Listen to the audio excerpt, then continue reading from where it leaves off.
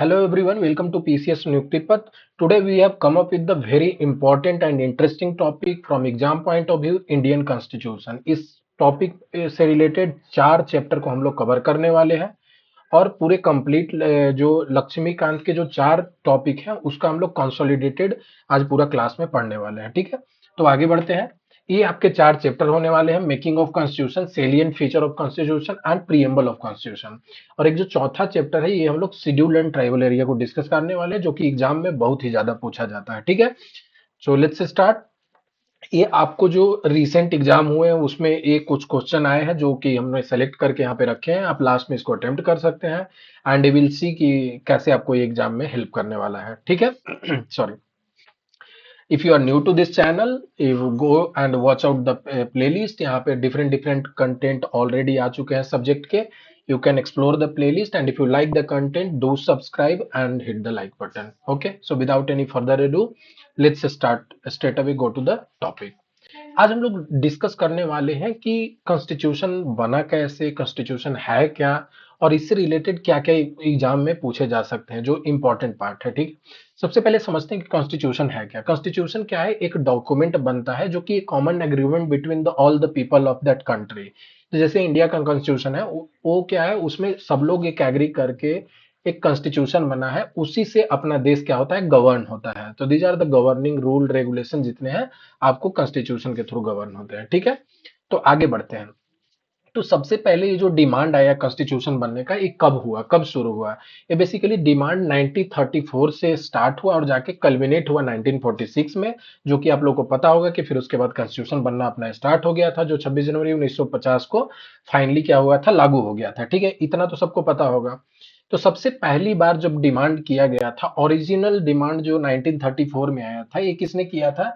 M N Roy जी ने किया था। एम एन रॉय कौन थी? ये एक कम्युनिस्ट मूवमेंट की पायनियर थी। पायनियर उसको बोलते हैं जो कि पहली बार किसी चीज को स्टार्ट करता है। ठीक है, तो ओरिजिन जो आइडिया का अगर वो पूछा जाए कभी भी कि कॉन्स्टिट्यूएंट असेंबली का किसका था, तो ये आपका जो दिया हुआ था एम एन रॉय को।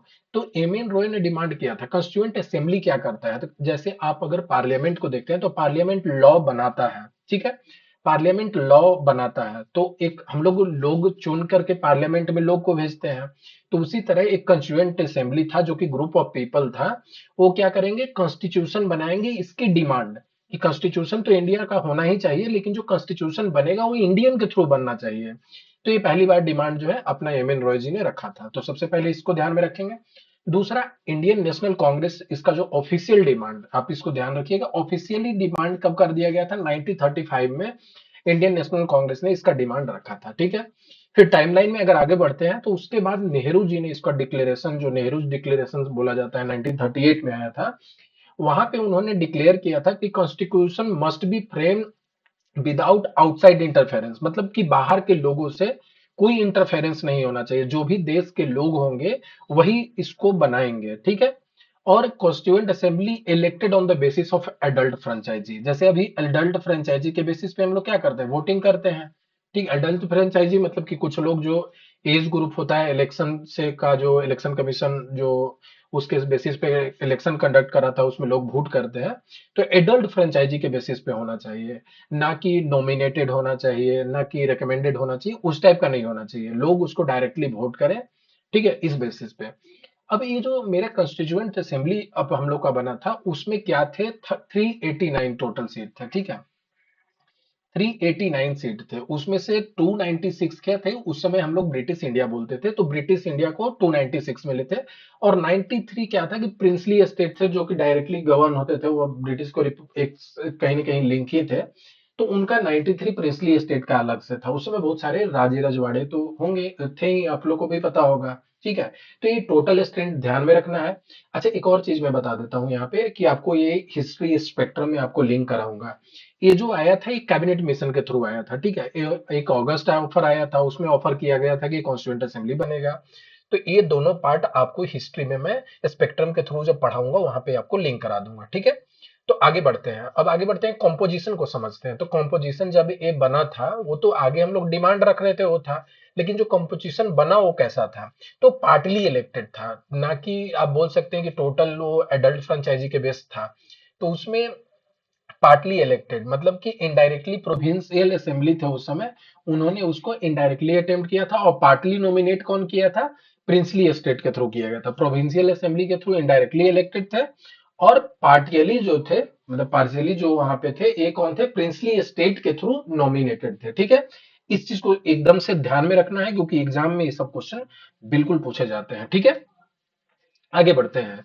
तो अब क्या हो गया कि initial working and the key resolution, कि जब इनिशियल कैसे कैसे वर्किंग हुआ, पहली मीटिंग कब हुई, प्रेसिडेंट कौन बने, कैसे वो गवर्न होता था, उन चीजों को समझते हैं। तो जो पहली मीटिंग हेल्ड की गई थी वो क्या था, 9 दिसंबर को। ये सब ध्यान में रखना, बहुत इंपॉर्टेंट डेट है। आज का वीडियो क्या है, काफी इंफॉर्मेटिव है, तो आप इसको बार बार देखें और चीजों को नोट्स बना ले, और एग्जाम तक इसको ध्यान दें, क्योंकि इससे मोस्ट ऑफ द एग्जाम में क्वेश्चन पूछे ही जाते हैं, तो आपको भी ये क्वेश्चन मिलने वाले हैं। ठीक है, तो ध्यान में रखिएगा। पहली मीटिंग कब हुई थी, 9 दिसंबर 1946 को हुई थी। अब यहाँ पे क्या हुआ था, जब पहली मीटिंग हुई थी वहां पे मुस्लिम लीग ने क्या किया था, बाइकआउट किया था। तो इस कारण से जब मुस्लिम लीग ने बाइकआउट किया था, टोटल जो 211 मेंबर थे वही अटेंड किए थे। आपको ध्यान में रखना है कि 9 दिसंबर को पहली मीटिंग हुई थी, और क्या मुस्लिम लीग ने बाइकआउट कर दिया था। ठीक है, अब जो वहां पे कंस्टिट्यूएंट असेंबली जब बैठी, तो सबसे पहले टेम्पररी प्रेसिडेंट चूज किया जाएगा, जो कि उसको कंडक्ट करता है। जैसे आप पार्लियामेंट में देखते हैं कि स्पीकर जो है क्या करता है, उस जो पूरा पार्लियामेंट को चलाता है, तो चलाने के लिए एक टेम्पररी प्रेसिडेंट को चुना गया है। जैसे आप देख रहे होंगे कि पार्लियामेंट में जब वोटिंग होके जाता है, जब स्पीकर का चुनाव नहीं हुआ होता है, तो जो सबसे एजेड मेंबर होते हैं वो क्या बन जाते हैं, वहां पे स्पीकर बनाया जाता है। एक फ्रेंच प्रैक्टिस है। ठीक है, तो फ्रेंच प्रैक्टिस के तहत ही यहाँ पे हम लोग ने क्या किया, डॉक्टर सच्चिदानंद सिन्हा जी को क्या कर दिया, टेम्पोररी प्रेसिडेंट वहां पे नियुक्त किया गया। ठीक है, टेम्पररी प्रेसिडेंट सच्चिदानंद सिन्हा जी बने। ठीक है, उसके बाद अब इलेक्टेड, अब जो वो परमानेंट तो थे नहीं, टेम्पररी थे, तो उसके बाद परमानेंट प्रेसिडेंट का चुनाव हुआ। सॉरी, तो परमानेंट प्रेसिडेंट कौन थे, तो उसमें डॉक्टर राजेंद्र प्रसाद थे, जो अपना देश के पहले राष्ट्रपति भी बने, जो बिहार से बिलोंग करते थे। ठीक है, तो डॉक्टर राजेंद्र प्रसाद प्रेसिडेंट बने, और वाइस प्रेसिडेंट कौन बने, एच सी मुखर्जी और वीटी कृष्णामाचारी। वीटी कृष्णामाचारी को आप ध्यान से रखिएगा, ध्यान रखिएगा, मैं आगे बताऊंगा कि मैंने वीटी कृष्णामाचारी को क्यों बोला हूं ऐसा। ठीक है, तो एच सी मुखर्जी और वीटी कृष्णामाचारी दोनों कौन थे, वाइस प्रेसिडेंट थे। अब आ जाते हैं ऑब्जेक्टिव रेजोल्यूशन। ऑब्जेक्टिव रेजोल्यूशन को किसने मूव किया था, आप डेट इंपॉर्टेंट है ऑब्जेक्टिव रेजोल्यूशन का, 13 दिसंबर 1946 को जवाहरलाल नेहरू ने किया था। ऑब्जेक्टिव रेजोल्यूशन है क्या, जैसे आप घर बनाते हैं, तो घर बनाने में सबसे पहले आप फाउंडेशन बनाते हैं, उसी के ऊपर बिल्ड होता है। तो ये जो ऑब्जेक्टिव रेजोल्यूशन था, ये एक फाउंडेशन था। उसी के तहत जैसे एफआर हो गया, डीपीएसपी हो गया, या आपका रिलीजियस राइट जितने भी हो गए, माइनॉरिटी को प्रोटेक्शन जो मिला, ये सब कहीं ना कहीं ऑब्जेक्टिव रिजोल्यूशन का पार्ट था। अब उसी के तहत हम लोग आगे बढ़ने वाले थे। तो ऑब्जेक्टिव रिजोल्यूशन आपका पता चल गया, 13 दिसंबर को जवाहरलाल नेहरू ने लेकर आया था, 1946 को। ठीक है, आई होप सबको समझ में आया होगा। फिर उसके बाद आ जाते हैं कि dual function of the chair. अब जैसे अब जो बॉडी बना था कंस्टिट्यूएंट असेंबली, वो दो काम करता था, एक तो एज ए कॉन्स्टिट्यूशन बॉडी काम करता था। ठीक है, और दूसरा लेजिस्लेटिव बॉडी काम करता था। जैसे कॉन्स्टिट्यूएंट बॉडी अगर काम कर रहा है, मतलब कॉन्स्टिट्यूशन को बना रहा है, तो जब भी कॉन्स्टिट्यूशन बनने के लिए या जो उसके जो प्रोविजन पास होने के लिए जब बॉडी बैठती थी, तो उसका नेतृत्व और उसको कौन चेयर करता था, डॉक्टर राजेंद्र प्रसाद करते थे। और जब लेजिस्लेटिव बॉडी के तौर पे जब वो कंस्टिट्यूंट असेंबली बैठती थी, तो उसमें जीबी मावलंकर जी करते थे। आपको बिल्कुल से ये दोनों ध्यान में रखना है। ठीक है, जीबी मावलंकर जो है लेजिस्लेटिव बॉडी को गवर्न कर चेयर करते थे, और कंस्टिट्यूएंट बॉडी जब बैठता था तो उसमें डॉक्टर राजेंद्र प्रसाद करते हैं। ठीक है, बिल्कुल से ध्यान में रखना है। आगे बढ़ते हैं, एक्सक्लूजन। अब इसमें क्या था कि महात्मा गांधी ने तो कॉन्स्टिट्यूट जब पूरा देश की आजादी में तो पार्ट लिया ही था, बेसिकली ही was the fulcrum of that, मतलब कहीं ना कहीं वो केंद्र बिंदु थे। The only key leader not in the assembly, वो जो ओनली की लीडर थे जो बच गए थे, जो उन्होंने ही basically excluded them from the constitution making, बाकी लोगों को आगे किया। ठीक है, तो महात्मा गांधी उसके पार्ट नहीं थे, इस चीज को ध्यान में रखना है। ठीक है, अब जब ऑब्जेक्टिव रेजोल्यूशन जो हम लोग ने 13 दिसंबर को पास किया था, वो कब एक्सेप्ट हुआ, objective resolution accepted by constituent assembly कब हुआ, 22 जनवरी 1947 को हो गया था। आपको डेट मेमोराइज करके रखना है। ठीक है, एग्जाम में पूछा जाता है। 22 जनवरी को क्या हुआ था, ऑब्जेक्टिव रेजोल्यूशन को हमने अडेप्ट कर लिया था, एक्सेप्ट कर लिया था, और 13 दिसंबर को क्या किया था, उसको हम लोग ने मूव किया था फॉरवर्ड, मतलब आगे हम लोग रखे थे उसको कॉन्स्टिट्यूएंट असेंबली में। आई होप ये यहां तक सबको क्लियर होगा। आगे बढ़ते हैं, अब आ जाते हैं मतलब जो उसके चेंजेस, फंक्शन की डिटेल क्या क्या है, उस चीज को समझते हैं। अब जैसे क्या था, अभी तक इंडियन इंडिपेंडेंस एक्ट आ चुका था, ठीक है। इंडियन इंडिपेंडेंस एक्ट जो आया था, तो इसने क्या क्या इंडियन इंडिपेंडेंस के लेकर आया था, उसके की डिटेल क्या था, उस भी ध्यान में रखते हैं। Made the assembly for sovereign. Sovereign क्या होता है कि वो बॉडी जो भी डिसीजन लेगा वो खुद में लेगा। There will not be the overlap और there will not be the exclusion of anyone, कोई बाहर से उसमें हस्तक्षेप नहीं कर सकता है। तो वो जो असेंबली क्या था, सॉवरेन था, ठीक है। सोवरेन आपको पता होगा, तो सोवरेन था। उसके बाद क्या हुआ, असाइन डुअल रूल, जो कि मैंने अभी पहले आपको बताया, लेजिस्लेटिव और कॉन्स्टिट्यूएंट। कि वो लेजिस्लेटिव, लेजिस्लेटिव मतलब कि जो लॉ बनाते हैं, जैसे आपका भी पार्लियामेंट काम करता है। और कॉन्स्टिट्यूएंट मतलब कि वो कॉन्स्टिट्यूशन बनाने के लिए वो किया जाता है, ठीक है। और Muslim League from member from Pakistan area withdraw. तो मुस्लिम लीग ने ऑलरेडी बता चुका हूं कि उसने विड्रॉ कर लिया था, ठीक है। क्योंकि they have the very different demand, partition और different different thing, they have the very different demand, ठीक है। So they were not basically the part of this. अब आगे बढ़ते हैं। पोस्ट पार्टीशन स्ट्रेंथ क्या हो गया, अब जब पार्टीशन देश अपना जो है दो भाग में बढ़ चुका था, उसके बाद अपना स्ट्रेंथ जो क्या हुआ, तो जो 389 थे, उसमें से 289 में 299 मेंबर बचे, जिसमें 229 प्रोविंस को रिप्रेजेंट करता था और 70 प्रिंसली स्टेट को रिप्रेजेंट करता था। आपको टोटल मेंबर ध्यान में रखने हैं, you will not be remembering every and every data, it's very difficult, but still आप ध्यान में रख सकते हैं, ठीक है। वेरी इंपॉर्टेंट यहाँ पे पॉइंट है कि जो कि ड्यूरेशन, जब मेरा कॉन्स्टिट्यूशन बना तो उसको बनने में कितना साल लगा, तो 2 साल 11 महीने 18 दिन लगे। इस चीज को एकदम से मेमोराइज आप कर लीजिए, 2 साल 11 महीना 18 दिन लगे, ठीक है। कॉन्स्टिट्यूशन अडॉप्ट कब किया गया, अडॉप्टेड ऑन कॉन्स्टिट्यूशन डे, जो बना था, वो बना 26 नवंबर को 1949 में किया गया। 26 नवंबर 1949 को क्या कर दिया गया, उसको अडॉप्ट कर लिया गया था। और फुल्ली फोर्स जब वो कैब एग्जीक्यूट हुआ था, जब अपना रिपब्लिक डे मनाते हैं 26 जनवरी 1950 को, ठीक है। आई होप सबको क्लियर होगा। कभी कभी क्या है, जब एग्जाम में आपको दे देता है आसान क्वेश्चन के तौर पे दे देता है कि इतना एक्सपेंडिचर था, तो 64 लाख बनने में लगे थे, आप उसको ध्यान में रख सकते हैं। अब उसके बाद क्या होता था कि अब मेजर डिसीजन क्या क्या लिए गए, ठीक है। तो उसमें ये था कि रेटिफाई कर दिया कॉमनवेल्थ मेंबरशिप का, ठीक है। मेंबरशिप जो कॉमनवेल्थ, कॉमनवेल्थ में पता है ना, कि जो भी लोग ब्रिटेन के अंदर रह चुके हैं एक बार कॉलोनी, तो वहाँ जो कॉमनवेल्थ का मेंबरशिप वो जो था, उसको क्या कर दिया गया, रेटिफाई कर दिया गया। हम लोग ने नेशनल फ्लैग को 22 जनवरी 1947 को अडॉप्ट कर लिया था। आपको ध्यान में रखना है, this is very important, asked in exam, ठीक है। तो इट्स वेरी इंपॉर्टेंट। तो 22 जुलाई को हम लोग क्या कर लिए थे, नेशनल फ्लैग को अडॉप्ट कर लिए थे। और नेशनल एंथम, जो अपना नेशनल एंथम जनगण गण मन है, वंदे मातरम जो सॉन्ग है, इसको 24 जनवरी 1950 को अडॉप्ट कर लिया गया था, ठीक है। आई होप इस ये सबको समझ में आया होगा। और 24 जनवरी 1950 को अपने जो राजेंद्र प्रसाद थे, उनको क्या बना दिया गया था, उन्होंने ही was elected as the president. तो आपके जो यहाँ पे राजेंद्र प्रसाद को देख रहे हैं, ये आपके प्रेसिडेंट बन चुके थे 24 जनवरी 1950 को। और फाइनल सेशन हेल्ड किया गया था 24 जनवरी 1950 को ही, ठीक है। आई होप सबको समझ में आया होगा यहाँ तक। आपको इंपॉर्टेंट पॉइंट आपको बता देता हूँ, नेशनल फ्लैग का एडॉप्शन डेट याद रखिए, नेशनल एंथम का याद कर रखिए, कॉन्स्टिट्यूशन डे पूछा जा चुका है कई बार एग्जाम में, कितना बनने में टाइम लगा है, टोटल मेंबर ध्यान रखिए, आपका लेजिस्लेटिव और कंस्टिट्यूएंट बॉडी जैसे बैठता है उसको ध्यान में रखना है, ठीक है। आपको मैंने क्रिस्प बता दिया है, टेबल फॉर्मेट में है, बिल्कुल से इसको मेमोराइज कर लीजिए, ठीक है। आगे बढ़ते हैं।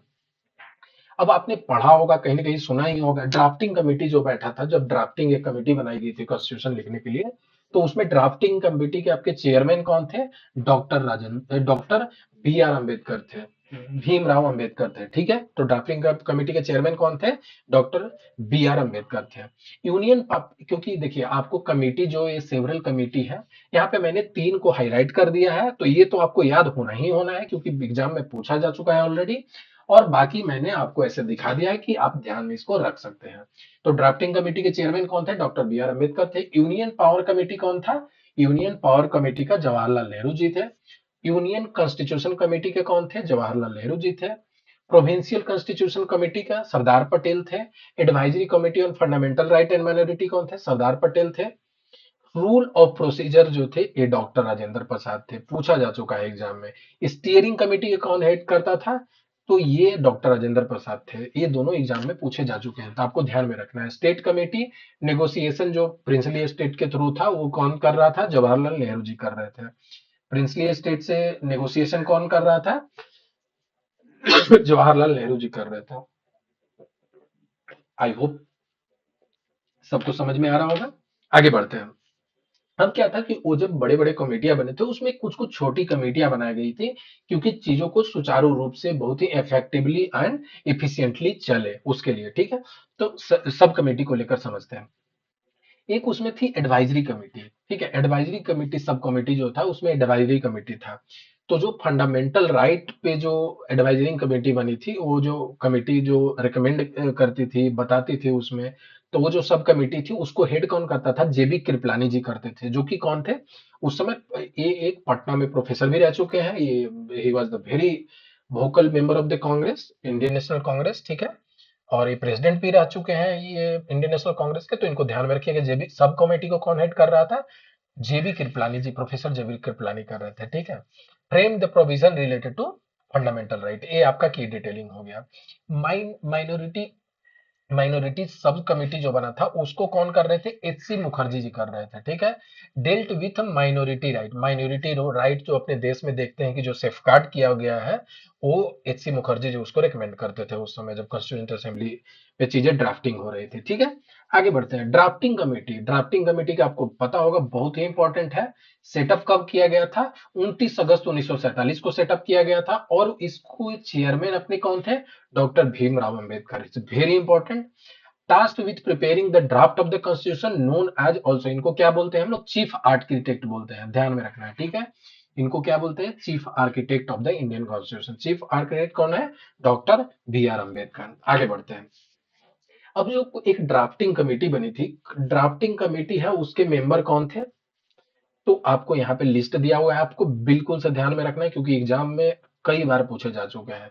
चेयरमैन आपको पता होगा डॉक्टर बी आर अम्बेडकर थे। एक मेंबर जो थे, एन गोपाल स्वामी अयंगर थे। तीसरे मेंबर कौन थे? अलादी कृष्ण स्वामी अय्यर थे। चौथे मेंबर थे कौन थे? के एम मुंशी जी थे। और पांचवें मेंबर कौन थे? मोहम्मद सैदुल्ला जी थे। और छठे मेंबर कौन थे? माधवन राव थे। और लास्ट मेंबर जो बोल रहे हैं, वो टीटी कृष्णमाचारी थे। तो माधवा राव जो थे, उनको क्या किया था? रिप्लेस कर दिया था, क्योंकि वो अपना इल हेल्थ का कंडीशन को साइड किए थे, जिसके कारण से बीएल मित्तर जी साथ उनको रिप्लेस कर दिया था। आप ध्यान में रख सकते हैं, इसको एग्जाम में पूछा जा सकता है। आपको टीटी कृष्णाचारी देख के, आपको मैंने स्टार्टिंग के क्लास में बताया था कि एक वीटी कृष्णाचारी थे। एच सी मुखर्जी, और जो आपको मैं यहाँ दिखा देता हूँ एक बार, क्योंकि मैंने बोला था कि आप ध्यान में रखेंगे, रखिएगा। मैं एक बार दिखा देता हूँ आपको।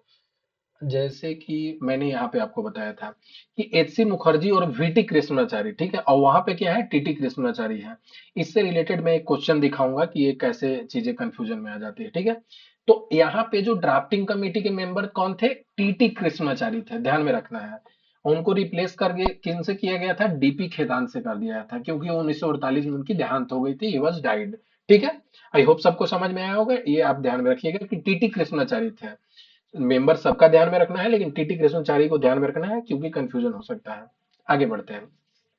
अब एक क्वेश्चन इससे रिलेटेड देख लेते हैं कि क्या है। Who among the following was not the member of the drafting committee of the constituent assembly, ठीक है। अब आप देखिएगा तो यहाँ पे मोहम्मद सैदुल्ला ऑलरेडी थे, गोपाल शंकर अय्यर ऑलरेडी थे, और अलादी कृष्ण स्वामी अय्यर इस ए भी थे। अब आपको देख के लग सकता है कि वीटी कृष्णाचारी भी थे, बट वीटी कृष्णाचारी नहीं थे। ये कौन थे? ये आपको देखिए, ये नहीं थे, वो तो अलग थे। H C Mukherjee vice president जो थे, ये यहाँ पे टीटी कृष्णाचारी है, ठीक है। तो आपको एग्जाम में ऐसे फंसाया जाता है, तो इन चीजों को ध्यान में रखना है, ठीक है। तो यहाँ पे वीटी कृष्णाचारी नहीं थे, कौन थे? टीटी कृष्णाचारी थे, टीटी थे। इस चीज को ध्यान में रखना है। आई होप सबको यहाँ तक समझ में आया होगा। ऐसे ही चीजों को आपको पकड़ के रखना है। आई थिंक आप अगर इतना करते हैं, तो एग्जाम में आप सब कर सकते हैं। अब कुछ टॉपिक आपको बता रहा हूँ जो बहुत इंपॉर्टेंट, ऑलरेडी बता चुका हूँ। डेट ऑफ एडॉप्शन कब था? 26 नवंबर को हमने अडॉप्ट कर लिया था, ठीक है। उसके बाद ओरिजिनल कंटेंट जब हम लोग ने बनाया था कॉन्स्टिट्यूशन का, जब आर्टिकल जब सब फ्रेम हुआ था, तो ओरिजिनली हम लोग ने 395 आर्टिकल उसमें रखे थे। और कितने शेड्यूल थे? 8 शेड्यूल थे, ठीक है। 395 आर्टिकल था और 8 शेड्यूल था, ठीक है। अब तो अमेंडमेंट हो के वो बढ़ते जा रहे हैं and it will keep on increasing, ठीक है। तो उस समय कितना था, पार्लियामेंट में हम लोग ने 395 आर्टिकल रखे थे कॉन्स्टिट्यूशन में, और कितने शेड्यूल थे, 8 शेड्यूल थे। उसके बाद क्या था, इमीडिएट इन्फोर्समेंट जो था 26 नवंबर, आपको ऑलरेडी बता चुका हूं कि आ चुका था 26 नवंबर को। यहाँ पे provision related to citizenship, election, provisional parliament and temporary provision, ये सब तुरंत से इफेक्ट में आ गया था। जैसे आपको पता होगा कि 5, 6, 7, 8, 9 क्या बोलता है, ये आपको जो डील करता है क्या, सिटीजनशिप से डील करता है। 60 क्या है, ये आपका प्रेसिडेंट से डील करता है। और 324 आपको, अगर आपने पढ़ा होगा थोड़ा बहुत भी, तो ये इलेक्शन कमीशन से डील करता है। आपको सब कराया जाएगा, ठीक है। तो ये चीज क्या हुआ था, 26 नवंबर से ही ये चीजें इफेक्ट में आ गई थी। 5, 6, 7, 9, 60 और 324, ध्यान में रखिएगा। मेन कॉमेंसमेंट जो हम लोग रिपब्लिक डे जो मनाते हैं वो कब हुआ था, 26 जनवरी 1950 को हो गया था। अब सिग्निफिकेंस उसका क्या था, मेन कमेंसमेंट का, कि भाई मेन कमेंसमेंट क्यों इंपॉर्टेंट था। तो उसमें क्या था कि major part of the constitution came into force, ठीक है। पहला तो 26 नवंबर से ही हम लोग ने कुछ कुछ अडेप्ट करना चालू कर दिया था। यहाँ पे क्या, this date it celebrated as republic day and it was this day in 1930 Purna Swaraj का, यहाँ पे क्या हुआ था, पूर्ण स्वराज मनाया गया था 1930 में। जैसे कि आपको पता होगा कि जब 31 दिसंबर को जो, जब लास्ट, जो ईयर का लास्ट डे होता है, वहां पे रावी नदी पे जवाहरलाल नेहरू जी ने जो झंडा फहराया था और इंडिपेंडेंट, उसके बाद वही 26 जनवरी को वहां से इंडिपेंडेंट बनने का वो बात हुआ था, तो इसीलिए 26 जनवरी को अडेप्ट कर लिया गया था, ठीक है। तो आप इस चीज को ध्यान में रख सकते हैं, ठीक है। और ये आपको हिस्ट्री जब कराऊंगा वहां पे इन चीजों को लिंक कर दूंगा, ठीक है। So don't worry about that. फिर क्या हुआ था कि रिपेलमेंट ऑफ एक्ट, अब जो पहले से एक्ट चल रहे थे उनको तो ऑब्वियसली रिपील किया जाएगा, क्योंकि अब हमने खुद से कॉन्स्टिट्यूशन बना चुका हूं। तो इंडियन इंडिपेंडेंस एक्ट जो अभी आपको पहले पढ़ाया था, जो तीन प्रोविजन था, और उसके पहले जो चल रहा था गवर्नमेंट ऑफ इंडिया एक्ट 1935 से हम लोग गवर्न हो रहे थे, ये दोनों को क्या कर दिया गया था, रिपील कर दिया गया। रिपील किया कर दिया मतलब it will be not in operation, effect में नहीं रहेगा। और मतलब कि अब जो है अपना देश कॉन्स्टिट्यूशन से चलेगा, ठीक है। आगे बढ़ते हैं। अब इंपॉर्टेंट फैक्ट एंड जो पर्सनल, अब कुछ जो इंपॉर्टेंट फैक्ट होते हैं वो बता देते हैं आपको, क्योंकि एग्जाम में पूछा जाता है। अब जैसे सिंबल, सील जो चूज किया गया था, वो अपना सील क्या था, जो क्या था, सिंबल क्या था, एलिफेंट था, was adopted as a symbol. आप अगर न्यूज फॉलो करते हैं तो जैसे अभी एससी की मीटिंग हुई थी, तो अपने जो प्राइम मिनिस्टर गए थे वहां पे, तो जब चाइना प्रेसिडेंट जब रेफर कर रहे थे, तो उन्होंने बोला था कि elephant and dragon dance together, ठीक है। आप अगर फॉलो कर रहे हैं तो वही एलिफेंट है, उसी को रेफर किया जाता है। जैसे एक इंडिया को एज ए एलिफेंट भी रेफर किया जाता है, बिकॉज इट्स टू कंबर्सन, बहुत बड़ा कंट्री है, तो एलिफेंट एज ए हम लोग सील चूज किए थे। One of the legal luminaries, ठीक है, बहुत बड़े लीगल लुमिनरीज थे। मतलब ये उस समय के बहुत बड़े लीगल लुमिनरी थे। कौन थे, सर बी एन राव जी। इनको लीगल एडवाइजर बनाया था, जिसको कॉन्स्टिट्यूशनल एडवाइजर भी बोलते हैं, ठीक है। तो जो ड्राफ्टिंग कमेटी के chairman doctor B R Ambedkar ji बना रहे थे, उनको एडवाइज कौन कर रहा था, उनको एक, जैसे कोई भी प्राइम मिनिस्टर का एडवाइजर होता है, वैसे ही कॉन्स्टिट्यूशनल एडवाइजर कौन थे, डॉक्टर बी आर अम्बेडकर।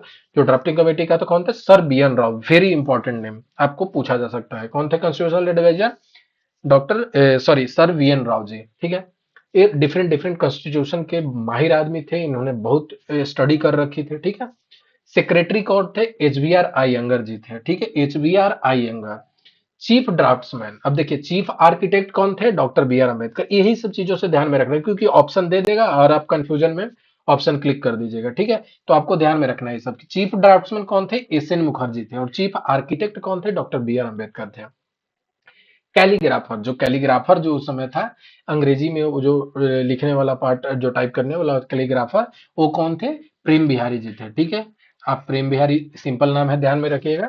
इन्होंने क्या किया था, hand written in a form of italic style. अब जो वर्ड अगर आप खोलते होंगे वहां देखिएगा, वर्ड में इटालिक स्टाइल रहता है, आप एक बार देख सकते हैं कि इटालिक स्टाइल में कैसा लिखा जाता है, ठीक है, कैसा दिखता है। तो उन्होंने हाथ से उसको इटालिक स्टाइल में प्रेम बिहारी जी ने लिखा था, तो उसको अंग्रेजी में लिखा था।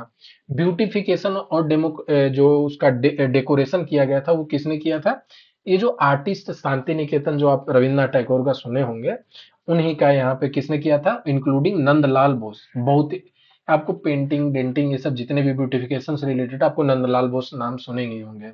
और ये कौन थे, ब्यूहर राम मनोहर सिन्हा जी, ठीक है। तो ये आर्टिस्ट कहाँ के थे? ये शांति निकेतन जो बंगाल में है वहां पे थे, ठीक है। इल्यूमिनेशन, शेडिंग, उसमें थोड़ा ब्यूटिफिकेशन, अलग अलग जो उसको इल्यूमिनेट करने का काम किसने किया था? राम मनोहर सिन्हा जी ने किया था, आप ध्यान रख सकते हैं। कैलीग्राफर जो हिंदी वर्जन का, वो किसने किया था? कृष्ण वैद्य, वसंत कृष्ण वैद्य ने किया था। वसंत कृष्ण वैद्य ने किया था। और डेकोरेशन किसने किया था? नंदलाल बोस, आपको बता चुका हूं ऑलरेडी, ठीक है। तो आप ये सब नाम को ध्यान में रखें। आई नो कि बहुत इंफॉर्मेटिव वीडियो है, इसमें बहुत सारे नेम याद रखने हैं। आप दो तीन बार इसको देखें, नोट्स बनाएं। आप बिल्कुल याद रखना है, you can not escape this, क्योंकि इसके अलावा आपके पास कोई चारा नहीं है, आपको याद रखना ही होगा। It's very important thing. आगे बढ़ते हैं। अब जैसे अपना जब देश आजाद हो गया, उसके बाद पहली कैबिनेट बनी होगी, ठीक है। तो एक कैबिनेट बनती है कि इंटरिंग कैबिनेट होती है, और एक कैबिनेट होती है कि फ्री इंडिया, जब इलेक्शन हो गया उसके बाद। जैसे आपको अगर पता नहीं होगा इंटरिम कैबिनेट क्या होता है, जैसे मान लिया कि आपके बांग्लादेश था, तो बांग्लादेश में शेख हसीना को जब हटाया गया वहां पे, तो इलेक्शन नहीं हुआ, उसके बाद इंटरिम प्राइम मिनिस्टर के तौर पे कौन? मोहम्मद यूनिस जी आ गए, ठीक है। अगर आप अभी रिसेंट अगर बहुत न्यूज फॉलो किए होंगे, तो सुशीला कौरकी जी जो नेपाल की क्या है, इंटरिम प्राइम मिनिस्टर बनाया गया है, ठीक है। अब जब फिर उसके बाद इलेक्शन होगा, तो एक फ्रेश इलेक्शन। तो वैसे ही जब देश हम लोग जब ब्रिटिश इंडिया से हम लोग अपना देश जब ट्रांसफर ऑफ पावर हुआ, उस समय एक इंटरिम गवर्नमेंट बनी थी अपना देश चलाने के लिए। और जब एक क्या बनी थी? फ्री इंडिया, कि जब अपना देश आजाद हो गया उसके बाद हम लोग ने जो खुद से फ्री इलेक्शन कराएगा, उसके कैबिनेट कौन थे? ये दोनों इंपॉर्टेंट है, पूछा जाता है एग्जाम में, आपको ध्यान में रखना है, ठीक है। तो ये आप जवाहरलाल नेहरू को देख सकते हैं यहाँ पे, ठीक है। और ये अगेन आपके कौन थे? भाई प्रेसिडेंट काउंसिल के थे, एक्सटर्नल अफेयर मिनिस्टर थे, कॉमनवेल्थ जो रिलेशन था इसको डील करते थे, और एक प्राइम मिनिस्टर थे। तो जो फर्स्ट कैबिनेट, जो इंटरिम कैबिनेट बनी थी, उसके भी कौन पीएम कौन थे? जवाहरलाल नेहरू जी थे। होम इंफॉर्मेशन ब्यूरो का होम अफेयर मिनिस्टर कौन थे? सरदार वल्लभ भाई पटेल, लौह पुरुष, जो कहाँ के हैं? गुजरात के हैं। फिर बलदेव सिंह डिफेंस देख रहे थे। जॉन मथाई क्या? फाइनेंस देख रहे थे। आपको ध्यान रखना है, जॉन मथाई क्या है? फाइनेंस देख रहे हैं। ये कब देख रहे हैं? जब इंटरिम गवर्नमेंट का दिया हुआ है, ठीक है। जॉन मथाई इंटरिम गवर्नमेंट का फाइनेंस देख रहे हैं। असफ अली इंडिपेंडेंस में पार्ट थे आपको पता होगा, क्विट इंडिया के समय बहुत एक्टिव थे। तो आप इनका नाम ई ट्रांसपोर्ट एंड कम्युनिकेशन बनाया गया था। राजेंद्र प्रसाद आपके जो प्रेसिडेंट बने थे, ये फूड एंड एग्रीकल्चर मिनिस्टर बने थे। जगजीवन राम जी लेबर मिनिस्टर बने थे। और यहाँ पे अहमद खान जी क्या बने थे? हेल्थ एंड एजुकेशन बने थे। अजहर अली लेजिस्लेटिव पार्ट, ठीक है। चक्रवर्ती राजा गोपाली इंडस्ट्रियल का सप्लाई वाला बने थे। उसके बाद शरद चंद्र बोस क्या बने थे? वर्क माइंस पावर बने थे। और कॉमर्स में कौन बने थे? होम्स जी भाभा बने थे, ठीक है। तो ये एंट्री गवर्नमेंट का है, एंट्री गवर्नमेंट का है। अगर आपको क्वेश्चन में कभी भी देता है, तो आपको देखना है कि एंट्री गवर्नमेंट है या फ्री इंडिया का पूछ रहा है। एंट्री गवर्नमेंट में आपको इस लिस्ट से ध्यान में रखना है, ठीक है। आप एक दो बार देखिएगा तो बिल्कुल से ध्यान में हो जाएगा। और दूसरे, first cabinet of free India. तो अगेन प्राइम मिनिस्टर और एक्सटर्नल अफेयर मिनिस्टर ये सब कौन थे? जवाहरलाल नेहरू जी थे। सरदार पटेल क्या थे? Home and information and broadcasting थे, ठीक है। डॉक्टर राजेंद्र प्रसाद क्या थे? फूड एंड एग्रीकल्चर थे, फूड एंड एग्रीकल्चर को देखते थे। बिहार के हैं, इंपॉर्टेंट है, ध्यान में रखिएगा। मौलाना अब्दुल कलाम आजाद सबको पता होगा, एजुकेशन मिनिस्टर थे। रेलवे मिनिस्टर कौन था? रेलवे एंड ट्रांसपोर्ट कौन था? जॉन मथाई जी थे, ठीक है। रेलवे एंड ट्रांसपोर्ट कौन था? जॉन मथाई थे। आर के सॉरी, आर के कौन है? सन्मुगुन चेट्टी। तो ये कौन थे? फाइनेंस से थे। डॉक्टर बी आर अम्बेडकर आपको पता हो, लॉ मिनिस्टर थे, आपको पता होगा। जगजीवन राम लेबर, वहां इंट्रीम में भी लेबर थे, यहाँ पे भी लेबर मिनिस्ट्री दिया गया था। डिफेंस बलदेव सिंह वहां पे भी कॉमन थे, आपको ध्यान में रखना है। राजकुमारी अमृत कौर क्या थे? हेल्थ मिनिस्टर थी। कॉमर्स मिनिस्टर कौन थे? C H Bhabha. Free India का कॉमर्स मिनिस्टर कौन था? फ्री इंडिया का कॉमर्स मिनिस्टर कौन था? भाभा जी थे, सी एच भाभा थे। रफी अहमद किदवई कौन थे? कम्युनिकेशन, किदवई जी क्या थे? कम्युनिकेशन। श्यामा प्रसाद मुखर्जी कौन थे? बंगाल के ही थे, क्या इंडस्ट्रियल मिनिस्ट्री इनको बनाया गया था। और वीएन गड़गिल जी थे, वो क्या थे? Work and mines and power. तो आपको फ्री इंडिया का और इंटरिम गवर्नमेंट का दोनों मिनिस्टर का लिस्ट ध्यान रखना है। इंपॉर्टेंट तो ध्यान रखना ही है, जैसे होम अफेयर हो गया, डिफेंस हो गया, फाइनेंस हो गया, ट्रांसपोर्टेशन हो गया, फूड एग्रीकल्चर हो गया, लेबर हो गया। तो आपको ये इंपॉर्टेंट ही दिए हुए हैं, आपको ध्यान में रखना है, ठीक है। अब यहाँ पे एक क्वेश्चन दिया हुआ है कि इन इंडिया आज first cabinet of the independent India, तुरंत से ध्यान में रखना है कि कैबिनेट पूछ रहा है तो इंडिपेंडेंट इंडिया का पूछ रहा है, ठीक है। Who held the portfolio of commerce, तो कॉमर्स का पोर्टफोलियो कौन हेल्ड किया था, आपको देखिए यहाँ से देखिए कॉमर्स का पोर्टफोलियो कौन किया था, एल सी एच भाभा जी किए थे, ठीक है। तो यहाँ से आप देख रहे हैं कि कॉमर्स का किसने किया था, सी एच भाभा हो गया, ठीक है। तो फ्री इंडिया का जो कैबिनेट का कौन थे, कॉमर्स के सी एच भाभा। तो आपको इसी तरह से ध्यान में रखना है, ठीक है। सी एच बाबा ऑप्शन हो जाएगा, ठीक है। आई होप आपको समझ में आया होगा। अगर आपको स्टिल डाउट है तो आप कमेंट सेक्शन में बोलिए कि सर और क्या कैसे क्या किया जा सकता है, I will be giving you advice, और अगर आपको जो भी मेरे से हेल्प मिलेगा I will be providing that, ठीक है। तो सी एच बाबा क्या थे, इंडिपेंडेंट इंडिया कॉमर्स मिनिस्टर थे। तो आपको ये सब ध्यान में रखना है, आपको ये पार्ट को हमेशा देखना है कि इंडिपेंडेंट बोल रहा है या इंटरिम बोल रहा है। अब आ जाते हैं दूसरे टॉपिक को, सेलिएंट फीचर क्या है हमारा कॉन्स्टिट्यूशन का, उसको थोड़ा डिस्कस कर लेते हैं।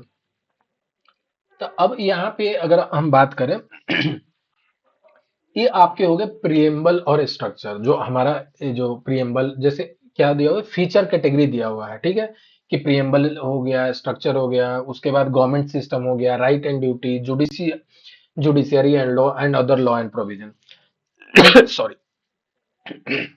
ठीक है, इतना हो जाएंगे, ठीक है। तो अब प्रिएम्बल लॉ में आपको पता होगा कि अपने देश का कॉन्स्टिट्यूशन सबसे लेंथीएस्ट है, बहुत सारे अलग अलग सोर्स से लिए गए हैं, अलग अलग कॉन्स्टिट्यूशन जो अलग अलग देश से लिए गए हैं। रिजिडिटी और फ्लेक्सिबिलिटी दोनों का मिक्स है, ये क्वेश्चन में भी पूछा जाता है, अपना कॉन्स्टिट्यूशन क्या है, रिजिड एंड फ्लेक्सिबल बोथ है। अब देखिए ये इंपॉर्टेंट पॉइंट है कि एक क्या था, फीचर क्या है, sovereign, sovereign socialist secular democratic और रिपब्लिक। आपको इसी सीरीज में देना है, क्योंकि पता है सीरीज भी कभी कभी पूछ देता है एग्जाम में, और बीपीएससी ने ऑलरेडी पूछ रखा है, ठीक है। तो सीरीज आपको क्या ध्यान में रखना है, सोवरेन ऑलरेडी बता चुका हूं क्या होता है, सोशलिस्ट जो हो गया, फिर उसके बाद सेकुलर हो गया, डेमोक्रेटिक हो गया, रिपब्लिक हो गया। तो ये आपको ऐसे ध्यान में रखना है, ये प्रियम्बल में ऑलरेडी ये वर्ड मेंशन है, sovereign socialist secular democratic Republic, ठीक है। अब इसमें दिया हुआ है डिस्क्रिप्शन सबका दिया हुआ है, आप अगर देख सकते हैं, the most detail and comprehensive constitution हो गया आपका, ब्लेंड किया हुआ है मल्टी ग्लोबल, जो अलग अलग यूके यूएस साउथ अफ्रीका अलग अलग देश से, पूरे देश के जो पार्ट, जो कुछ कुछ पार्ट है उसको इनकॉर्पोरेट किया गया है, it's a blend of that, it's a mixture of that, ठीक है।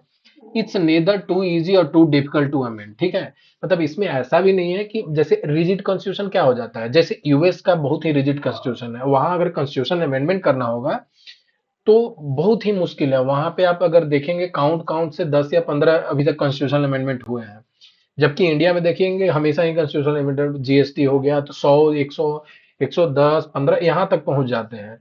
तो इंडिया में थोड़ा सा इजी है कॉन्स्टिट्यूशन को अमेंड करना, जबकि रिजिड कॉन्स्टिट्यूशन में क्या होता है, मुश्किल होता है। जैसे यूएस में क्या है, रिजिड कॉन्स्टिट्यूशन है, अपना क्या है, ना ही रिजिड है ना ही फ्लेक्सिबल बहुत ज्यादा है, ठीक है, इट्स मिक्सचर इन बिटवीन है। ये अगेन बहुत ही इजी भी नहीं है, बहुत आसान भी नहीं है। Defines India's nature as a state as a preamble. तो इंडिया का नेचर कैसा है, अपना देश का नेचर कैसा है, वो अपना नेचर को बताएगा, कौन बताएगा, sovereign socialist secular democratic Republic, जो कि प्रियम्बल में ही आपको मेंशन है, ठीक है। आगे बढ़ते हैं कि गवर्नमेंट जो हमारा देश में चल रहा था या चलेगा, उसका सिस्टम क्या होगा। जैसे प्रेसिडेंशियल सिस्टम होते हैं, पार्लियामेंट्री सिस्टम होता है, जैसे अमेरिका में आपका क्या है, यूएसए में, यूनाइटेड स्टेट ऑफ अमेरिका में प्रेसिडेंशियल सिस्टम है, वहां प्रेसिडेंट के पास ऑल इन ऑल पावर होता है। हमारे देश में पार्लियामेंट्री फॉर्म ऑफ गवर्नमेंट है, ठीक है, पार्लियामेंट के पास बहुत सारा पावर होता है। तो हम हमारा देश किसको एडेप्ट किया, पार्लियामेंट्री फॉर्म ऑफ गवर्नमेंट, ठीक है। तो ये किसके, Westminster model, Westminster कहाँ है, एक इंग्लैंड में, आपका यूके में एक जगह है, उसी के बेसिस पे, क्योंकि उसका ओरिजिन कहाँ हुआ था, वेस्ट मिनिस्टर में हुआ था। तो इसको हम लोग क्या बोलते हैं, वेस्ट मिनिस्टर भी मॉडल बोलते हैं, नॉमिनल हेड बोलते हैं प्रेसिडेंट को। इट्स लाइक जो है ना, जो दादाजी होते हैं, जो प्रेसिडेंट होते हैं, मतलब इट्स लाइक दादाजी, उनके पास बहुत ज्यादा पावर नहीं होता है, but he is the nominal head, ठीक है। और रियल हेड कौन होता है, जो कि काउंसिल ऑफ मिनिस्टर को चेयर करता है, वो कौन है, प्राइम मिनिस्टर होता है, ठीक है। पार्लियामेंट्री फॉर्म के बारे में बता दिया, आगे के चैप्टर में आपको डिटेल समझाया जाएगा। फेडरल सिस्टम विथ यूनिटरी बायस, मतलब कि फेडरल, आप हमारा सिस्टम क्या है, फेडरल है, बट स्टिल क्या है, एक यूनिटरी बायस है। कैसे, ये आप अगर देख रहे होंगे, अगर इसका फीचर होंगे, डिवीजन ऑफ पावर ही ऐसा है। जैसे जैसे ही इमरजेंसी लगता है तो सेंटर क्या हो जाता है, स्ट्रांग हो जाता है। जितने स्टेट के पावर क्या किसके पास चले जाते हैं, सेंटर के पास चले जाते हैं, ठीक है। तो ये आपका हो गया कि ऐसे हमारा देखोगे तो फेडरल स्ट्रक्चर है, अलग अलग स्टेट में अलग अलग स्टेट गवर्नमेंट काम कर रहे हैं, लॉ बना रहे हैं। हम लोग के पास दोनों स्टेट सब्जेक्ट और सेंट्रल सब्जेक्ट अलग अलग होता है, ठीक है। तो इसको क्या बोलेंगे, फेडरल है और यूनिटरी भी है, ठीक है, यूनिटरी बायस है। तो कभी कभी आपको ये स्टेटमेंट ही दे देगा एग्जाम में, ऑप्शन में, कि हमारा देश किस टाइप का है, ठीक है, गवर्नमेंट सिस्टम में। थ्री टायर सिस्टम है। थ्री टायर सिस्टम क्या होता है, इंक्लूड सेंटर हो गया, स्टेट हो गया, और लोकल सेल्फ गवर्नमेंट, जो पंचायत हम लोग ने बाद में जो अमेंडमेंट के थ्रू आया था, तो लोकल सेल्फ गवर्नमेंट भी आगे पढ़ेंगे। तो तीन टीयर गवर्नमेंट है। ये आपको एग्जाम में पूछा जा सकता है कि कौन से कितने टीयर ऑफ गवर्नमेंट है हमारे देश में, तीन टीयर, सेंटर, स्टेट और लोकल सेल्फ गवर्नमेंट है, ठीक है। राइट एंड ड्यूटी में अगर आ जाते हैं तो हमारा राइट एंड ड्यूटी में क्या है, फंडामेंटल राइट, जो कि क्या होता है अपना देश में वो क्या होता है, इन्फोर्सेबल होता है कोर्ट ऑफ लॉ में। कोर्ट ऑफ लॉ जैसे कि सुप्रीम कोर्ट में है, और आपका स्टेट जो जो हाई कोर्ट होता है वहां पे भी ये इन्फोर्सेबल है। डीपीएस भी इन्फोर्सेबल नहीं है। ये क्या दिया हुआ है, एक गाइडलाइन है, ठीक है। आगे भी ये सब पढ़ेंगे। फंडामेंटल ड्यूटी आपका 11 फंडामेंटल ड्यूटी जो बाद में आया था, अमेंडमेंट के बाद आया था, ठीक। नेशनल ड्यूटी वगैरह वहां पे मेंशन है, ये आगे हम लोग पढ़ेंगे। ये आपको बेसिक ओवरव्यू दे रहा हूँ कि ये हमारा सेलिएंट फीचर ऑफ कॉन्स्टिट्यूशन, बहुत इंपॉर्टेंट फीचर आपको ध्यान में रखना है। जुडिशियरी का बात करेंगे तो कैसा है, इंटीग्रेटेड जुडिशियरी है। इंटीग्रेटेड एंड इंडिपेंडेंट जुडिशियरी है, मतलब कि जो हमारे तीन ऑर्गन है गवर्नमेंट के, सॉरी, तीन जो ऑर्गन है हमारे जो देश को चलते हैं, जो तीन फाउंडेशन है, तीनों अलग अलग है, दे आर इंडिपेंडेंट, ठीक है।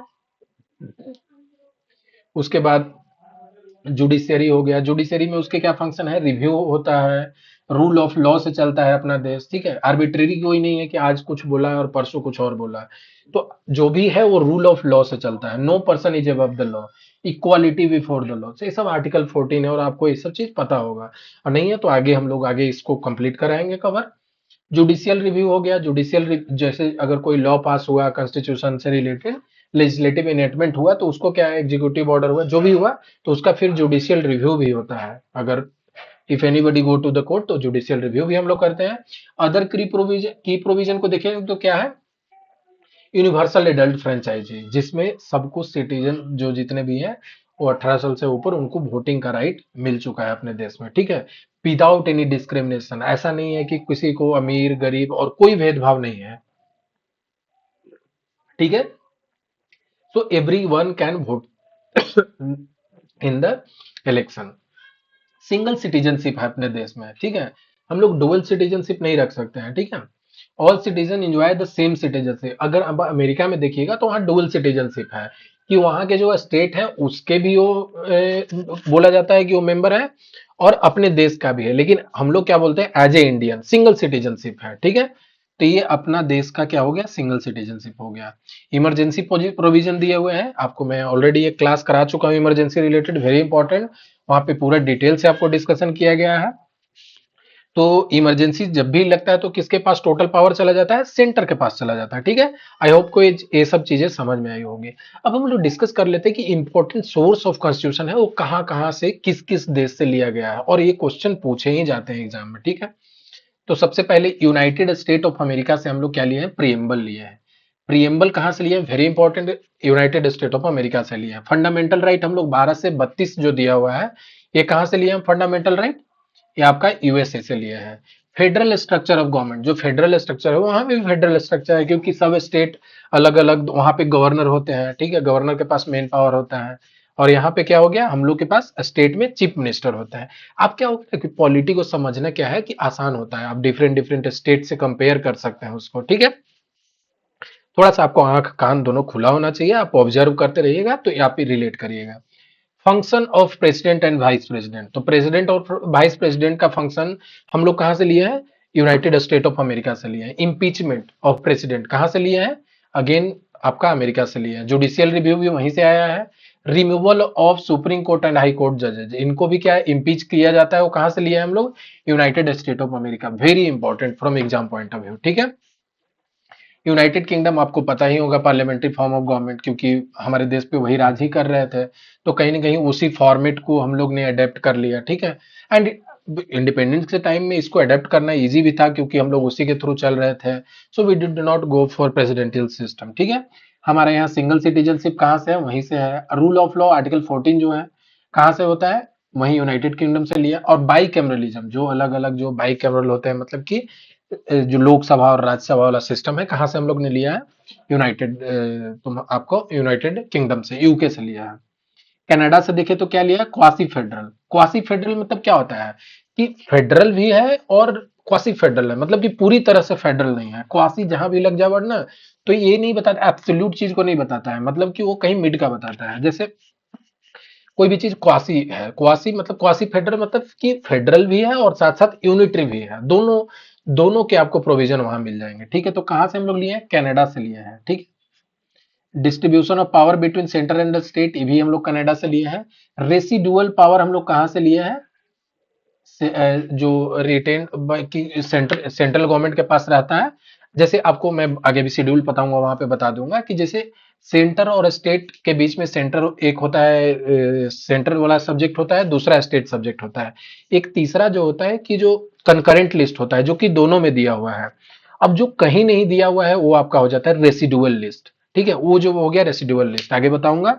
तो वो किसने से हम लोग लिए हैं, कनाडा से लिए हैं, और उस सेंटर के पास रहता है रेसिडुअल पावर। ठीक है, आई होप सबको समझ में आया होगा। डीपीएसपी वेरी इंपॉर्टेंट, कहां से लिए हम लोग ने, ए आयरलैंड से लिए हैं। ठीक है, आयरलैंड से लिए हैं। डीपीएसपी कहां से लिए हैं, आयरलैंड से लिए हैं।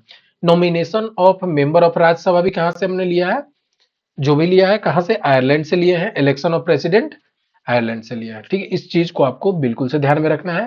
फ्रांस से हम लोग क्या लिए थे, लिबर्टी, इक्वालिटी, फ्रेटर्निटी, क्योंकि जब वहां फ्रेंच रेवोल्यूशन हुआ था तो पहले ये चीजें वहां आ चुकी थी, तो हमने फ्रांस से लिया है।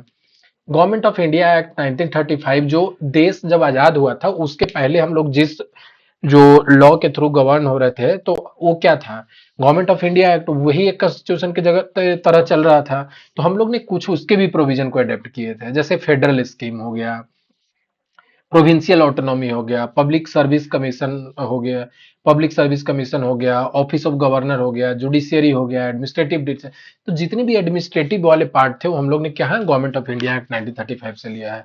तो आपको इस चीज को ध्यान में रखना है कि कौन कौन से प्रोविजन हमने गवर्नमेंट ऑफ इंडिया एक्ट 1935 से लिया है। आप दो तीन बार एक बार रिवीजन कर लेंगे तो आपको याद रखना आसान हो जाएगा। आपको अभी लग सकता है कि बल्कि है, but I can bet you that you can remember this, you can memorize it very effectively and efficiently। ठीक है, आगे बढ़ते हैं। साउथ अफ्रीका में ये भी वेरी इंपॉर्टेंट है। Procedure of amendment of constitution हम लोग ने कहा से लिया है, साउथ अफ्रीका से लिया है। ठीक है, बहुत लोग को पता नहीं होता है, तो ये ध्यान में रखना है। इलेक्शन ऑफ राज्यसभा कहां से लिया है, साउथ अफ्रीका से। जर्मनी से हम लोग ने क्या लिया है, इमरजेंसी प्रोविजन। ठीक है, आप लिंक कर सकते हैं वहां से, जर्मनी में हिटलर वगैरह से वही इमरजेंसी लगाने वाला चीज है। ठीक है, suspension of fundamental right during emergency, again Germany से लिया है। जो भी चीज हटाने वाला है हम लोग कहाँ से लिया है, जर्मनी से लिया है। ठीक है, तो आप ध्यान में रखना है।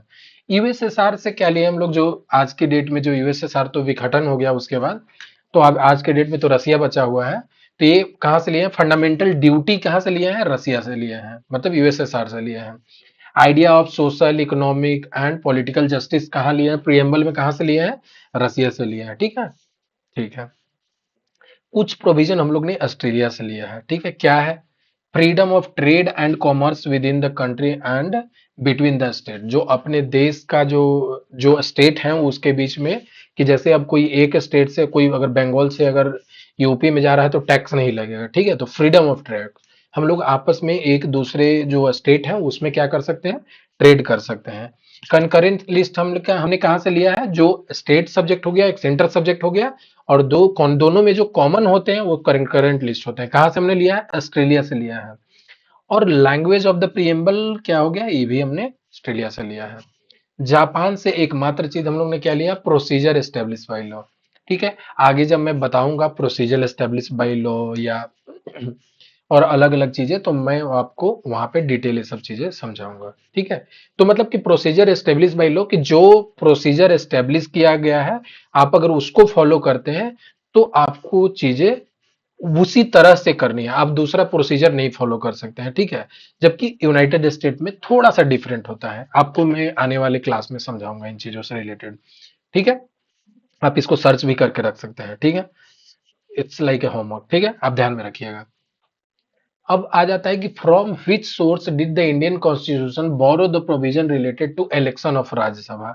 अभी आपको मैंने बताया कि इलेक्शन ऑफ राज्यसभा कहां से हमने लिया है, देखिए कहां से लिया है, साउथ अफ्रीका से लिया है। ये ऑलरेडी क्वेश्चन आया आज आ चुका है, ठीक है। तो हम लोग ने साउथ अफ्रीका से क्या लिया है, क्या लिया है, election of Rajya Sabha, election of Rajya Sabha member, क्या हो गया, साउथ अफ्रीका कॉन्स्टिट्यूशन से लिया है। आपको ध्यान में रखना है। अब अगर आप पूरा पढ़ लेते हैं ना, मैं बता रहा हूँ एग्जाम में क्वेश्चन छूटने ही वाले नहीं है, तो ये सब पूरा ध्यान में रखना है, ठीक है। आगे बढ़ते हैं। अब आ जाते हैं हम लोग कुछ जो हमारे शेड्यूल्ड है, उसमें आज हम लोग डिस्कस कर लेते हैं कुछ शेड्यूल को लेकर के, ठीक है। तो पहले मैं एक बार शेड्यूल को बता देता हूं और उसके बाद बता दूंगा कि आपको याद कैसे रखना है, ठीक है। आपको बस कीवर्ड ध्यान में रखने हैं। You need not remember each and every बल्कि स्टेटमेंट, ठीक है, because when you remember that you are gonna forget in exam, ठीक है।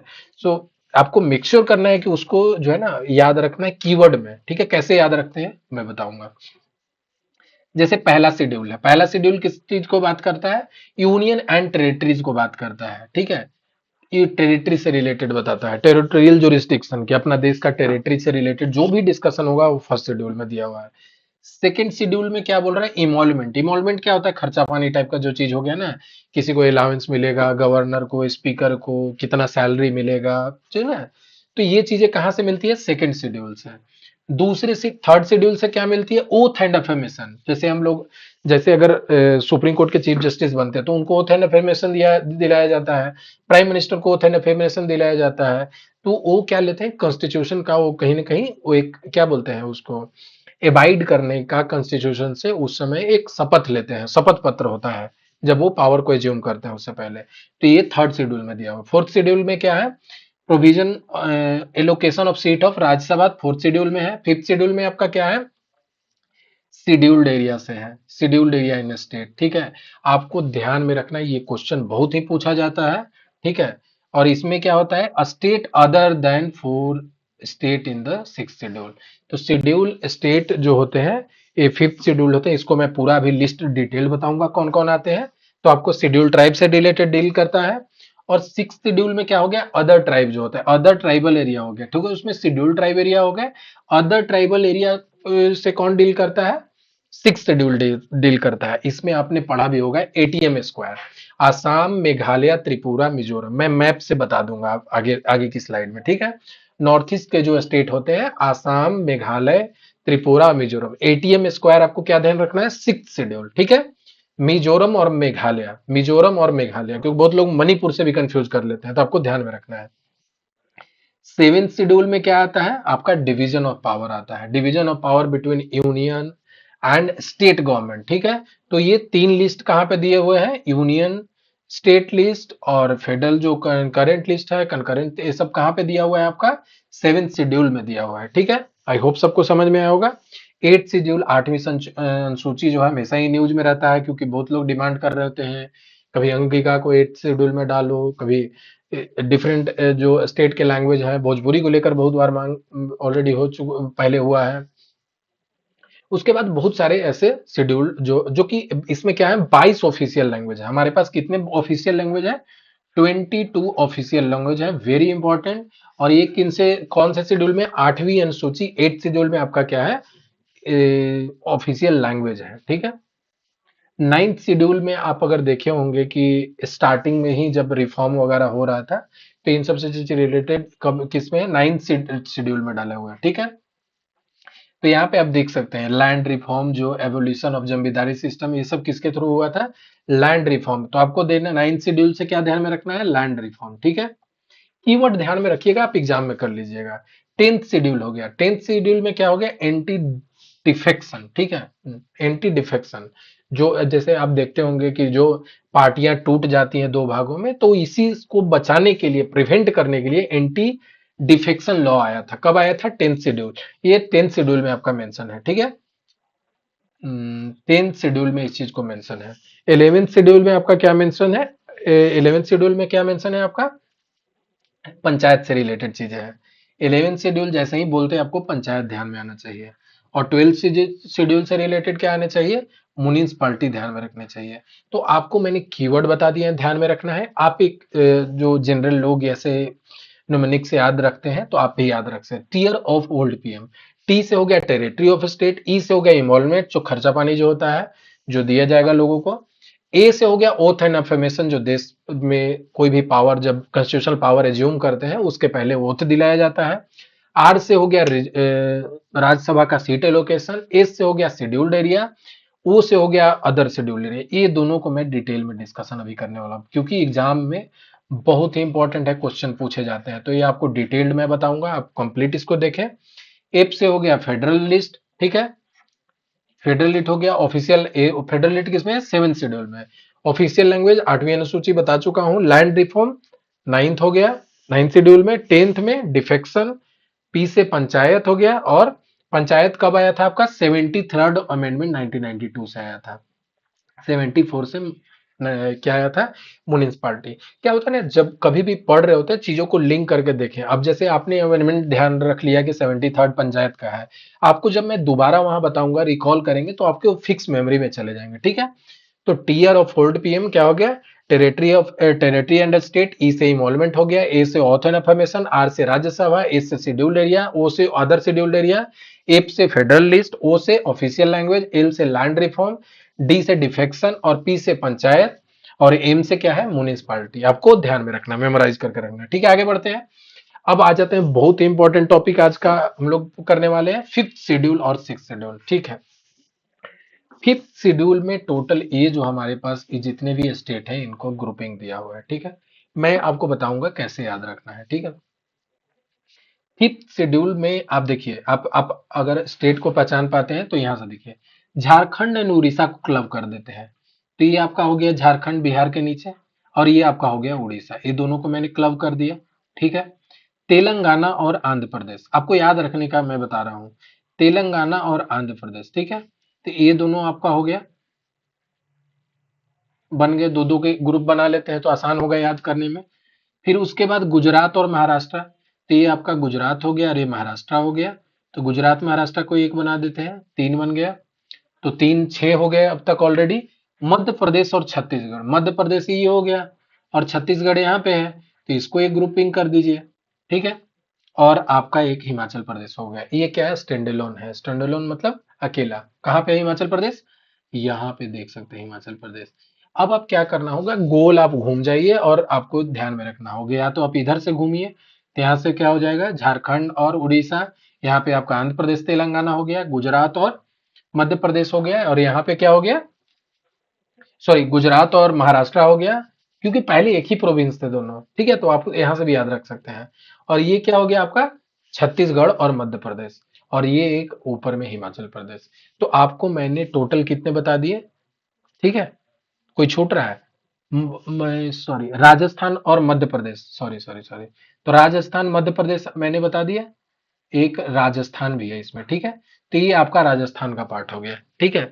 आप राजस्थान और मध्य प्रदेश को एक में क्लब कर सकते हैं, और छत्तीसगढ़ को आप स्टैंड अलोन मान लीजिए, और यहाँ पे तो टोटल आपको 10 मैंने ऑलरेडी बता चुका हूं, आप ध्यान में रख सकते हैं। आप इधर से दो दो का सीरीज बना लीजिए और उसके बाद उसको मेमोराइज कर लीजिए, ठीक है। इस पे क्या होता है कि पेसा एक्ट लगता है। पेसा क्या होता है? Panchayat extension to scheduled area. अब जैसे पंचायती राज हमने पढ़ा कि लगता है, जो आप आपने यहाँ पे देखा होगा कि 73rd अमेंडमेंट और 74th अमेंडमेंट, जो 73rd अमेंडमेंट पंचायत आया था, तो जो पंचायत जिस टाइप से पूरे देश में लगते हैं वैसे वहां पे नहीं, panchayat extension to scheduled area इसमें पेसा एक्ट के थ्रू लगते हैं। ये कब है? 1996 में है, आपको ध्यान में रखना होगा। एग्जाम में पूछ देगा कि पेसा एक्ट किस में, कौन से शेड्यूल में लगते हैं, तो शेड्यूल्ड 5 में लगते हैं, ठीक है। शेड्यूल 5 में क्या लगते हैं? पेसा एक्ट लगते हैं। अब शेड्यूल्ड एरिया में क्या होता है कि जो उसके एरिया होते हैं, बढ़ाना है घटाना है। अब जैसे कोई भी शेड्यूल्ड एरिया दिया हुआ है, तो शेड्यूल्ड एरिया कोई एक जगह, ये जो 10 स्टेट दिए हुए इसमें कहीं ना कहीं होगा पर्टिकुलर पॉकेट में, पर्टिकुलर रीजन में। तो उस रीजन को बढ़ा घटा कौन सकता है? President in consultation with governor. तो इसको जो फिफ्थ शेड्यूल को बढ़ा घटा कौन सकता है? President in consultation with governor. वो गवर्नर से सलाह लेकर के क्या कर सकते हैं उसको एरिया को बढ़ा घटा सकते हैं। लेकिन अगर एक्ट और लॉ ऑफ पार्लियामेंट जो होता है और स्टेट लेजिस्लेशन होता है, वहां अप्लाई होगा कि नहीं होगा, ये किसके पास पावर होता है? गवर्नर के पास पावर होता है। आपको मैं बता रहा हूं, बहुत इंपॉर्टेंट है, इसको ध्यान में रखना है। शेड्यूल एरिया को बढ़ा घटा कौन सकता है? प्रेसिडेंट। प्रेसिडेंट बढ़ा घटा सकते हैं, ठीक है। और एक्ट को कौन कर सकता है शेड्यूल एरिया में? ये आपको गवर्नर के पास पावर होता है। ये आपको फिफ्थ शेड्यूल 5 में बता चुका हूं, ध्यान में रखना है। शेड्यूल्ड एरिया प्रेसिडेंट का एरिया को बढ़ा घटा सकता है, और अगर लॉ जो पार्लियामेंट बनाता है, स्टेट लेजिस्लेचर बनाता है, वो कहाँ अप्लाई होगा? वो गवर्नर करता है। अब मैं शेड्यूल 6 में आ जाता हूँ। शेड्यूल 6 में क्या है? ATM square, Arunachal Pradesh, sorry sorry sorry sorry sorry Assam. ये आपका प्यारा आसाम हो गया, ये आपका मेघालय हो गया, ये यहाँ पे क्या हो गया? त्रिपुरा हो गया, और ये आपका मिजोरम हो गया।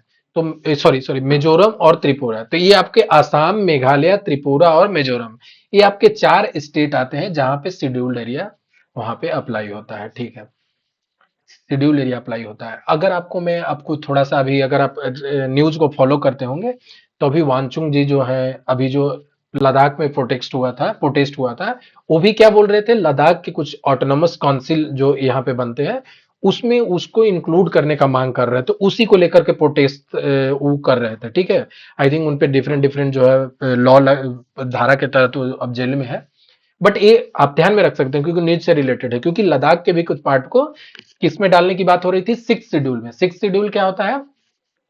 ये अदर ट्राइबल एरिया को लेकर के, यहाँ पे कि जैसे किसी का जो डिफरेंट यूनिक आइडेंटिटी होता है, यूनिक कल्चर होता है, उसको प्रिजर्व करने के लिए इसमें शेड्यूल 6 शेड्यूल में डाला गया है। क्योंकि आपको पता ही होगा कि हमारे देश में जो नॉर्थ ईस्ट है, वहां पे डिफरेंट डिफरेंट ट्राइब हैं, उनके अलग अलग कस्टम, रूल, रेगुलेशन बहुत सारे, because there is huge diversity in India, ठीक है। तो नॉर्थ ईस्ट में इन पर्टिकुलर बहुत ज्यादा डाइवर्सिटी है। तो इसलिए ये 4 को अभी तक वहां उस पे है। कौन कौन है? आप अरुणाचल प्रदेश से नहीं कंफ्यूज करिएगा।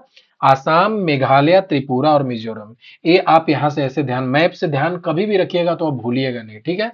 तो मैप से आप ऐसे ध्यान में रखें, ठीक है। तो ये आपका हो गया अरुणाचल, सॉरी आसाम हो गया, मेघालय हो गया, त्रिपुरा हो गया और मिजोरम हो गया। अब जो ये ऑटोनोमस ट्राइबल एरिया बनते हैं, जैसे कि एक कोई एरिया बना दिया, ठीक है। तो ये जो बनाता है, ये ट्राइबल एरिया कौन बनाता है? गवर्नर बनाता है, ठीक है। ऑटोनोमस ट्राइबल एरिया कौन बनाता है? गवर्नर। और एक्ट जो वहां पे लगेगा नहीं लगेगा, ये चीज जो टीएम स्क्वायर है, इसका पूरा पावर किसके पास है? प्रेसिडेंट के पास है। और आसाम का कौन देखता है? गवर्नर। टीएम स्क्वायर में क्या हो गया? त्रिपुरा, मिजोरम और मेघालय, ठीक है। तो त्रिपुरा, मिजोरम, मेघालय में कोई लॉ वहां पे एप्लीकेबल होगा नहीं होगा, कौन करता है? प्रेसिडेंट करता है। और गवर्नर क्या करता है? आसाम में करता है, ठीक है। तो आपको थोड़ा ये कंफ्यूजिंग, एग्जाम में पूछता है, तो आपको बिल्कुल से मेमोराइज करके रखना है, ठीक है। ऑटोनॉमस काउंसिल एरिया जो बनता है वो कौन है? गवर्नर, ठीक है। आई होप सबको समझ में आया होगा। ये दो मैं एक बार रिकॉल कर देता हूँ क्योंकि बहुत इंपॉर्टेंट है।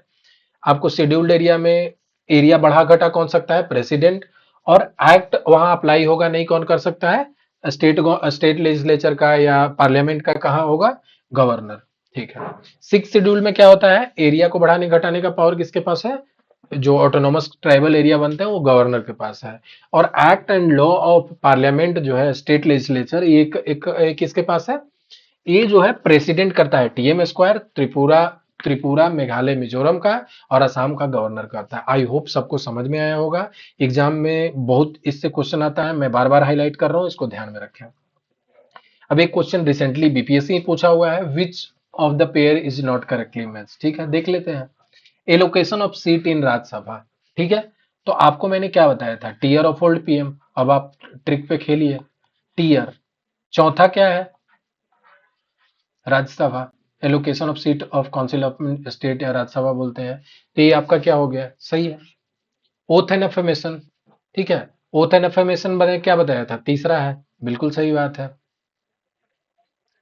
ठीक है। एडमिनिस्ट्रेशन ऑफ शेड्यूल्ड एरिया, ये कौन सा है? टीयर ऑफ, ठीक है। टीयर ऑफ ओल्ड पीएम, ठीक है। तो अब जो पांचवा जो अगर आप पांचवा शेड्यूल देखेंगे, तो वो क्या शेड्यूल्ड एरिया से बात करता है। और छठा क्या है? अदर शेड्यूल्ड एरिया से बात करता है। तो शेड्यूल्ड एरिया तो यहाँ पे कौन सा होगा? फिफ्थ होना चाहिए ना, फिफ्थ शेड्यूल से होना चाहिए। ये देखिएगा आप, क्योंकि एग्जाम में पूछता है फिफ्थ शेड्यूल, सिक्स शेड्यूल, इसलिए मैंने डिटेल बताया है। एडमिनिस्ट्रेशन ऑफ शेड्यूल एरिया किसे डील करता है? आपका फिफ्थ शेड्यूल से। यहाँ दिया हुआ सिक्स शेड्यूल, जो कि क्या होगा, गलत होगा। आपको पता होगा यूनियन लिस्ट ये सब जितना भी दिया हुआ है, स्टेट लिस्ट, कहाँ पे दिया हुआ है, सिक्स शेड्यूल, सेवन शेड्यूल में। तो आपका आंसर यहाँ विच of the following is not correctly match, तो इसके लिए आंसर क्या हो जाएगा, सी। ठीक है, ये गलत मैच है। शेड्यूल्ड एरिया किस में आता है, फिफ्थ शेड्यूल में। आपको मैं ऑलरेडी ये सब बता चुका हूं, आप देख लें, रिवाइज करें। ठीक है, और ये मैं ऑलरेडी बता चुका हूं, मैं क्वेश्चन भी एक साथ साथ देते जा रहा हूं ताकि चीजें क्लियर हो। ठीक है, आगे बढ़ते हैं। अब आ जाते हैं, थोड़ा प्रियम्बल को हम लोग समझ लेते हैं। अपना जो प्रियम्बल होता है किसी भी चीज का, बुक जैसे पढ़ते हैं, बुक के पहले आप देखते हैं ना कंटेंट पेज होता है कि उसमें क्या क्या होगा। तो आप बुक का पेज नंबर नेविगेट करने से पहले आप कंटेंट देखते हैं कि अच्छा इसमें क्या क्या है। ठीक है, उसी तरह से कॉन्स्टिट्यूशन को नेविगेट करने के लिए, या जो जीस्ट है उसका, ठीक है ना, कि उसका जो सार है, उसका जो जो एकदम होता है ना, क्रिस्प अंडरस्टैंडिंग आपको मिल सकता है प्रियम्बल पढ़ के कि हमारा देश का नेचर कैसा है। तो we the people of India having solemnly resolved to constitute India into sovereign, socialist, secular, democratic republic। आपको इसी ऑर्डर में ध्यान में रखना है, क्योंकि ऑर्डर भी कभी कभी पूछ देता है कि कैसे मेंशन है। Sovereign, socialist, secular, democratic Republic. ठीक है, sovereign, socialist, secular, democratic Republic, आपको बिल्कुल से ध्यान में रखना है। ठीक है, ये हो गया टू सिक्योर। अब किस चीज के लिए है, justice, liberty, justice, liberty, equality, fraternity. आपको मैं बता चुका हूं उधर की कहां कहां से लिया जा चुका है।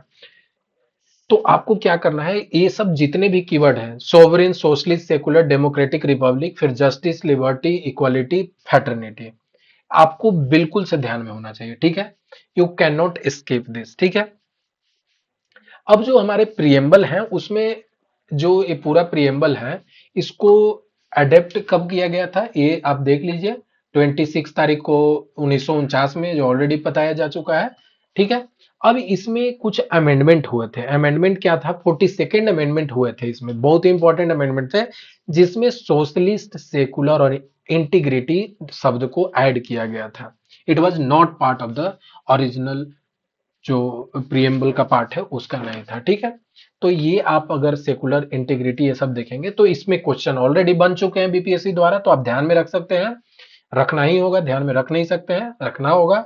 सोशलिस्ट, सेकुलर और क्योंकि ऑप्शन दे देगा और इसमें से कोई चार्ट पकड़ लेगा, पूछेगा कि विच of the following was not incorporated in 42nd amendment.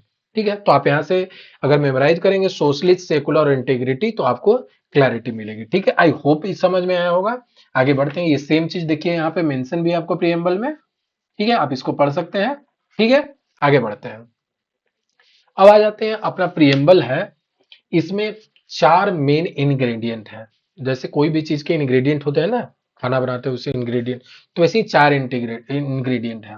एक हो गया सोर्स ऑफ ऑथोरिटी, कि भाई ऑथोरिटी जो अपना जो प्रियम्बल, ये जो कॉन्स्टिट्यूशन है, ये कहाँ से सोर्स, एनर्जी कहाँ से लेता है, ये जो इसका सोर्स क्या है, तो ये क्या है, we the people of India, ये लोग से लेता है। We the people of India, आपको एग्जाम में क्वेश्चन बनेगा, सोर्स ऑफ ऑथोरिटी क्या है, we the people of India. Nature of Indian state कैसा है, sovereign, socialist, secular, democratic republic. तो आपको ये भी क्वेश्चन बना के दे सकते, which of the following not part of the Indian nature of the Indian state. आपको सोशलिस्ट, सोशलिस्ट, सेकुलर और कोई एक तीसरा दे देगा। तो आपको क्या ध्यान में रखना है, नेचर क्या क्या है, sovereign, socialist, secular, democratic, Republic. ठीक है, ऑब्जेक्टिव क्या है, मतलब जो हम लोग अब देश, हम लोग अब जब बना चुके हैं, कॉन्स्टिट्यूशन बन चुका है, तो अब कैसे, मतलब उसका ऑब्जेक्टिव क्या है। तो ये बोलता है कि गोल स्पेसिफाई किया है सिटीजन का, जस्टिस मिलना चाहिए। ठीक है, लिबर्टी होना चाहिए कि हम अपने बात को रख सकें अपने पूरी तरह से। ठीक है, इक्वालिटी होना चाहिए, कोई डिस्क्रिमिनेशन नहीं होना चाहिए। उसके बाद क्या है, फैटर्निटी, मतलब एक होता है ना कि दो इंडिविजुअल जो अपने देश के बीच, assuring the dignity of individual and unity and integrity in the nation, इसको क्या बोलते हैं, फैटर्निटी बोलते हैं। फिर से एक बार एडॉप्शन आ चुका है 26 नवंबर को, मैं इसको 10 बार बता चुका हूं। आपको ध्यान में रखना है, बहुत बार पूछा जा चुका है, जैसे it is clearly mention the date on which the constitution was adopted. ठीक है, आगे बढ़ते हैं। तो ये आपका पूरा था, ये दो मैंने अलग से छांट के रखे हैं, इसको आप ध्यान में रखिएगा। बेरूबारी केस, यूनियन केस 1960 में जब चला था, ये बेरूबारी केस जो है अपना प्रियम्बल से रिलेटेड है। किससे रिलेटेड है, आपको दे देगा क्वेश्चन, किससे रिलेटेड है, प्रीएम्बल से रिलेटेड है, प्रीएम्बल से रिलेटेड है। अब इसमें क्या था कि कुछ लोगों ने चैलेंज जब ये सुप्रीम कोर्ट में हुआ था कि प्रीएम्बल जो है तो ये अलग से है, it is not part of the constitution, जबकि इसको विथहेल्ड किया गया था उस समय कि क्या है, बेरू बैरी जो कॉन्स्टिट्यूशन है, बेरू बारू केस में क्या बताया गया था कि जो अपना प्रीएम्बल है it is part of the constitution, ठीक है। अब ये तो आपको 1960 का बात बता दिया, रिसेंट है, आप ध्यान में रख सकते हैं, Balram Singh versus union of India.